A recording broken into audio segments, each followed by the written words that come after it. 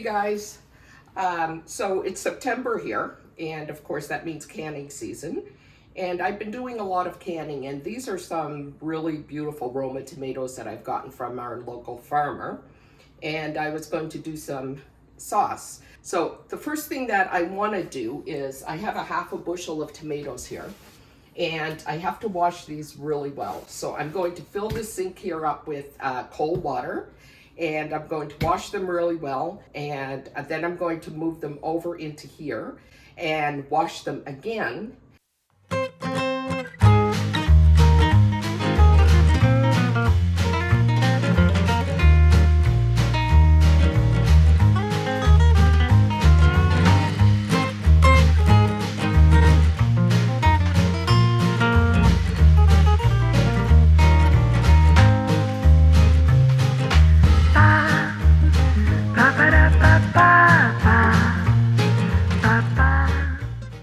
Okay guys, so now that we've finished washing the tomatoes, I've actually found a few that have some blemishes on them, or they're not perfect. So we're not going to waste the whole tomato and throw it out. So what we're going to do is we're going to core it, and we'll just remove the part that is blemished or that's not very good.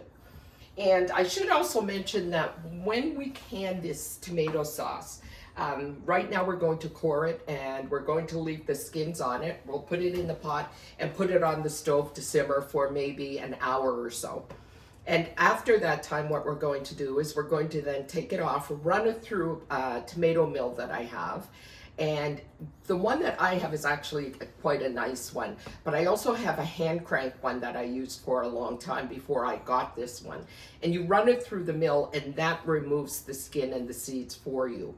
So if you don't have a tomato mill, what you may want to do is first blanch these in hot water for 60 seconds, then put them in cold water and remove the skins, and then put them in the pot to simmer and to make your sauce to break down. So I'll show you what I do with this. Okay, so what we're going to do is I just simply remove the core from this, and then I cut it into pieces. Now these ones here that are a little bit blemished, it's the same thing. I'm just going to cut the core off, and I'm going to remove the blemish and just cut it into pieces. The size doesn't really matter because it's going to simmer down and stew down a bit, and then we'll run it through our mill.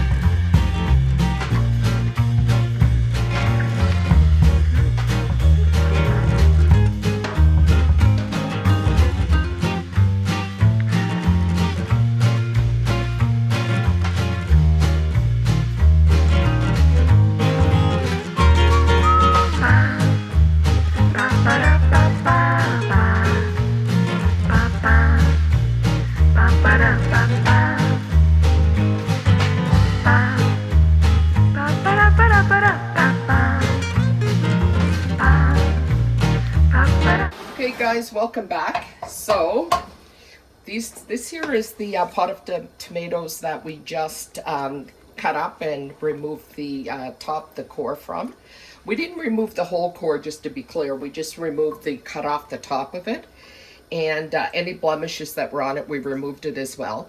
And what we did was we gradually added the tomatoes to the pot and let them cook down a bit, so that little by little we could get the whole bushel in this pot here.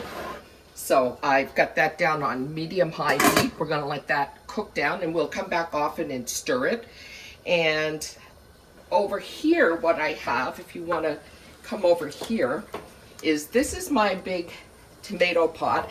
This is a bushel of tomatoes that I did earlier, and they've cooked down. And I've had them on now for probably a good few hours. And what we're going to do is we're going to now run this through the tomato mill. And once we run it through the tomato mill, we'll put it back on the stove, and we'll cook it down to the thickness that we want before we can it. So this is our setup to run them through the mill. This is the huge pot that we have. This pot is massive. It won't fit in my sink, but it's very secure the way it is here. We had to elevate our pot, and this is to catch the seeds, and we are all set to start. I love doing this. Before we can turn the mill on, we actually need to put something in it, and then we can turn it on. So there we go, and here we go.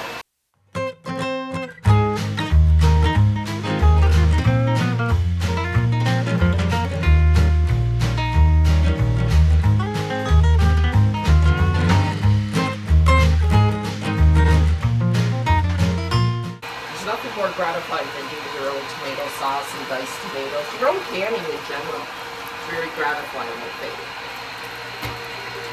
So this year I've done a lot of things. I've done, of course, the typical beans and put those down. I've made mustard pickles, bread and butter pickles, chow.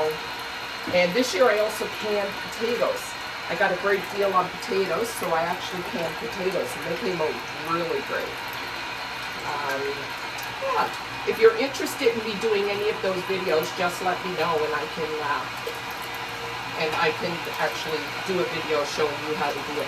A couple of other things that I did this year for the first time was I did a really amazing peach barbecue sauce, and I did a really good apple and blueberry barbecue sauce.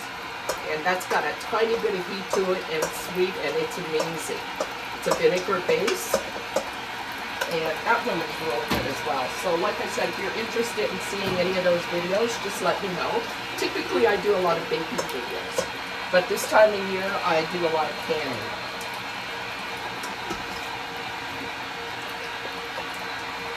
I think I may need to swap out for another pot soon. We've swapped out pots, and I had to add to my fancy setup here to elevate it a little bit more. Don't everybody try this fancy setup at home.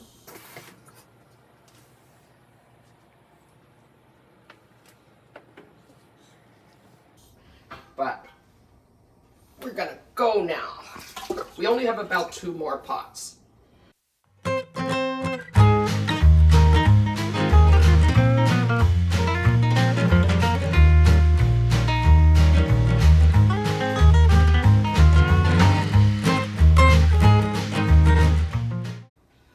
Dump our seeds and skins all in here, and you will be absolutely surprised at how much comes out of that. Plunger.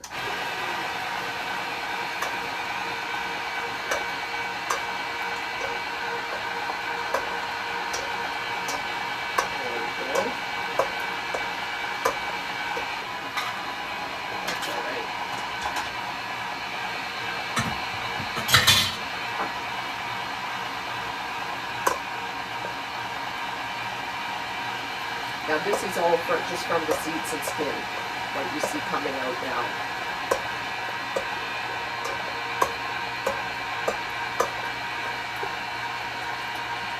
This is it, guys.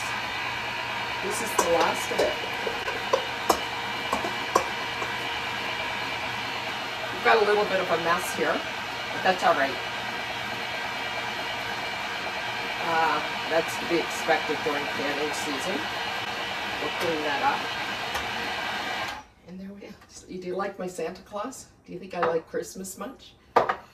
Now that we've got this little pot and the other pot, we'll add it all back into our big pot and we'll let it simmer until it reaches the thickness of the sauce that we want. And to each jar, each quart that we can, we'll add a tablespoon of lemon juice, and it has to be bottled lemon juice, by the way, not fresh, and a teaspoon of salt. And the reason we add the lemon juice is we need to make sure that the pH is high enough in the tomatoes that it cans properly and there's no spoilage. So let's get this all into the big pot.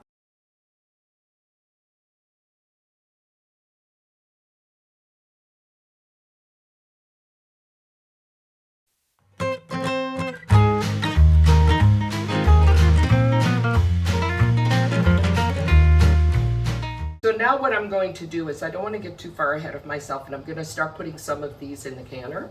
So you need to ensure for this that you leave a 1/4 of an inch to a 1/2 of an inch headspace on these jars. And what I like to do is I like to take a clean rag, or you can use paper towel, whatever you like, and just clean the top to make sure that there's no grease, that there are no nicks or anything, and that you're cleaning this up nicely. This is going to ensure that you have a nice tight seal with your lids when you put them on, okay? I have the 4-jar lids here, which are really nice. I really like these ones. They actually have spots, areas for you to write right on the lids directly. So I can hear the canner in the background there boiling. It's all set to go. And we're going to get our first jar in. There it is. Isn't that beautiful? So let's go. That's awesome. I'm just gonna leave that off until we get it all finished and all filled up. So we've already done this one. We're going to put our lid on. As I said, this here's the 4-jar lids. They always have a great seal, and you can see where they give you the area there for putting your date.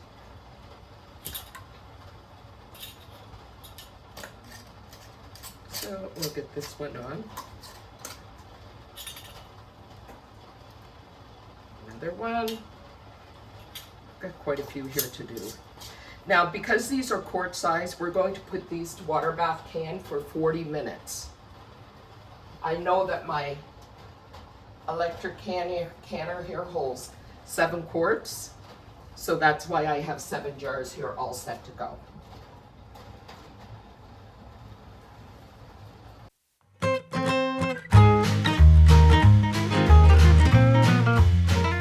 So we have our 7 quarts in the steamer, and so I'm just going to put the lid on it, and when this comes to a full rolling boil, that's when I start the timer. And as I said, I'll set the timer for 40 minutes. When the timer goes off, I'll turn the canner off and I'll let it sit in there for about 10 minutes, and just to let the jars cool down a little bit, and then I'll remove them. So it really is that simple. It can be a little bit of work, but it's well worth it. Hi everyone, welcome back. So we started this project actually yesterday with the canning of the tomatoes. We started by washing them, and then we removed the tops of the tomato, and we simmered them for about an hour, hour and a half, put them through the tomato mill, and we actually canned up a lot of them last night, as you can see here. So we put them in the jars, brought the pots to the, it's water bath canning, by the way, which means that they're submerged in water with at least a 1/2 inch of water covering the lids. So we did that for 40 minutes. Once it reaches a rolling boil, we let them boil for 40 minutes, which is the requirement for the quart size tomato sauce. And it started to get a little late, so I shut it down after we did that. But we have another pot here that needs to be canned today. So it's the same thing that I showed you yesterday, or that we discussed. I think I left a few things a little unclear, which is why I decided to show you again today. So there are a couple of things I want to mention, and I think I mentioned it yesterday, but we'll just quickly go through it again, okay? Your jars need to be washed and sterilized. So these are both my canners. They're filled with hot boiling water. As I mentioned yesterday, I add about a quarter of a cup to a half a cup of vinegar to each pot. And what that does is your jars will come out nice and clean. There will be no hard water stains on them, and they'll look beautiful. And it saves your pots as well, to be honest. You don't get that white buildup of lime or whatever it is inside the pot. So once that has come to a boil, after I have washed my jars and I've already run them under hot water or put them through the dishwasher, I'll actually put them in these pots and bring them to a boil and let them stay in there until we're ready to can. So these jars right now are all very, very hot. And we also do the same thing with the tools that we're using for canning. So instead of using the half cup ladle today, I'm going to be using this to pour the tomato sauce into the pots, okay? Another thing I didn't mention yesterday, and the reason I didn't is because this is pretty much a liquid. But when you can, you often have to debubble.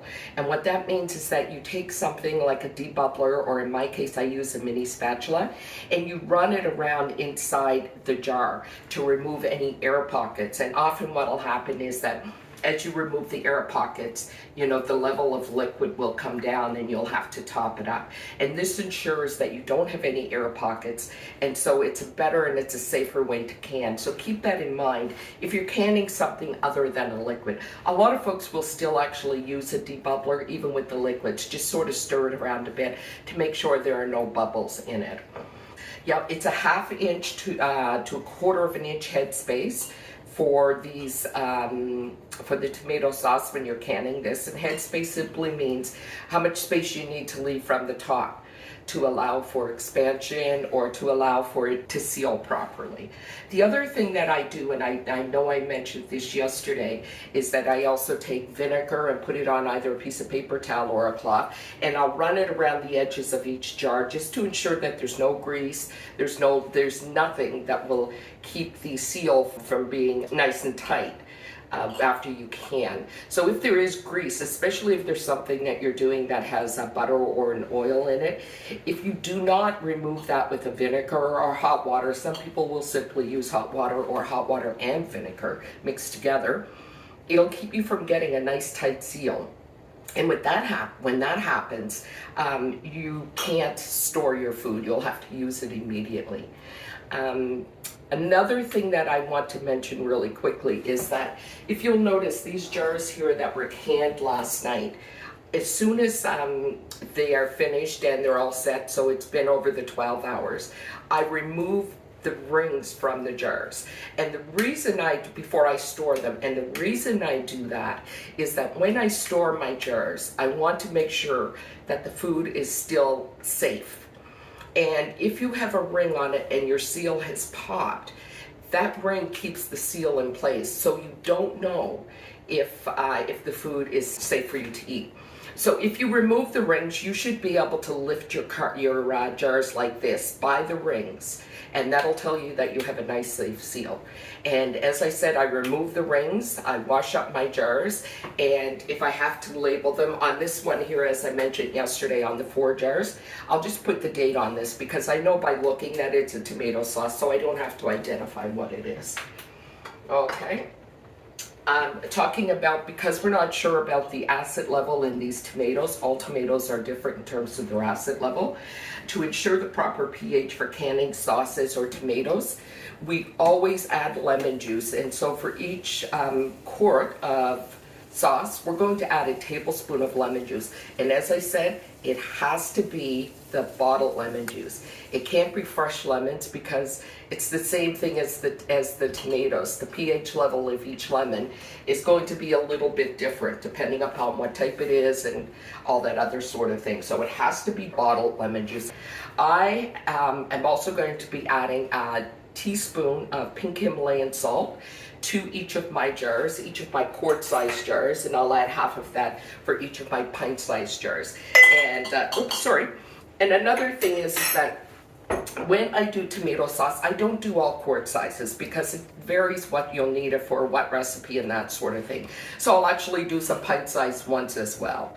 So I think that's it. I think that's everything that I needed to say. I wanted to make sure that when you can, I want you to see just how easy it is to do, and just a few simple rules that you need to follow. You know, make sure that your jars, first and foremost, are sterilized, that it's nice and clean, as well as the tools that you'll be using. And make sure that if you're water bath canning, which this is, that you cover the jars in the pot by at least a ½ inch of water. The time for everything you can is different. And so, for example, let's say the canning time for this is 40 minutes. Well, I don't start my timing, or you shouldn't start your timing, anyone for that matter, until after the water has come to a full rolling boil. And then you start your 40-minute timing. The other thing that you want to do is when it has finished and your timer has gone off, turn your burner off and let it just sit there for a good 5-10 minutes. Often removing the jars too quickly from the boiling water, what will happen is you'll get what's called siphoning, and you'll start to see liquid coming up under the seal or under the lid. It may still be sealed, but you're still getting the liquid overflowing. And I have a trick that I actually use for my tomatoes and my tomato sauce that I watched a lady, an older Italian lady, do on YouTube. And she actually covers hers in a quilt when she removes them from the pot. And that will keep it from siphoning because it gradually cools down that way. And you'd be surprised because the next day often what happens is that it's still boiling hot. But that's the way that they will often do it. So let's get started, okay? I'm going to just start, first of all, by adding my teaspoon of salt to each of these quart-sized jars. We don't have a whole lot to do today, so it's just this. I've been canning frantically for, I don't know, maybe the last month or so. And when you enjoy it, it's not work. When you enjoy it, it's actually quite fun. And it's nice when you get to enjoy, you know, all of your hard work in the winter, right? Now I'm adding a tablespoon of lemon juice to each of these quarts. Okay. And to each of the pints, I'm going to add half the amount. Okay. I'm just going to eye it. If you're over or under, it's no big deal. That worked out quite well, actually. So that's pretty much it. And now what I'm going to do is just begin filling these up. I know that everything is nicely sterilized. I've actually stirred this pot well because, as I said, often what happens is the thick portion of the tomato sauce will go to the bottom and the liquid to the top. So we want to make sure that it's even, okay? So I'm actually going to it goes so much quicker when you use the measuring cup versus the ladle. There. Sometimes I go over and I have to get a spoon and remove a little bit. That's no big deal. Because we are canning quarts and pints together, we will need to do 40 minutes for the timing of the water bath canning, okay? If they were just pints, we would do 30 to 35 minutes. The time difference isn't a big deal. So let me do this one, and then I will start canning. Okay. Or start lidding them, I should say. These lids here I have are 4-jar lids, so it's the number 4. And jar lids, that's the name of the company. They require actually that you heat your lids. A lot of companies no longer require that, but 4-jar does. So you still have to heat your lids when you're using them. I'm actually going to sit this on here to avoid it burning my table. And let me just grab this and my vinegar. I didn't have that ready, but that's all right. Quick grab. And let's just clean this up. So we're just going to clean these lids up nicely. While we're going around the edge here, we're also going to check to make sure that our jars do not have any dings or cracks or anything like that in them. I've actually found 2 since I've been canning this year, which isn't a big deal, but that's a good way to check when you're wiping them up like that and cleaning them up. So here we go. Grab my rings and that's our first one. So let's get this in. As I said, I know that this canner here holds 7 quarts. So I'm turning this heat back up to canning real high, and we'll continue along by putting the lids on these, filling them, lidding them, and that sort of thing. Let me just show you something really quickly though before we start. So I had mentioned some people will debubble. So debubbling is just simply taking something and moving it around inside like that, up and down, just to ensure that there are no bubbles in there. It's actually a good practice to get used to doing that, and I really should be doing it with everything that I can. As you'll notice, this here has actually gone down a bit just with me debubbling it, which tells me that there were a couple of air pockets in it. And as I said, there are some people who will do the debubbling whether it's a liquid or not.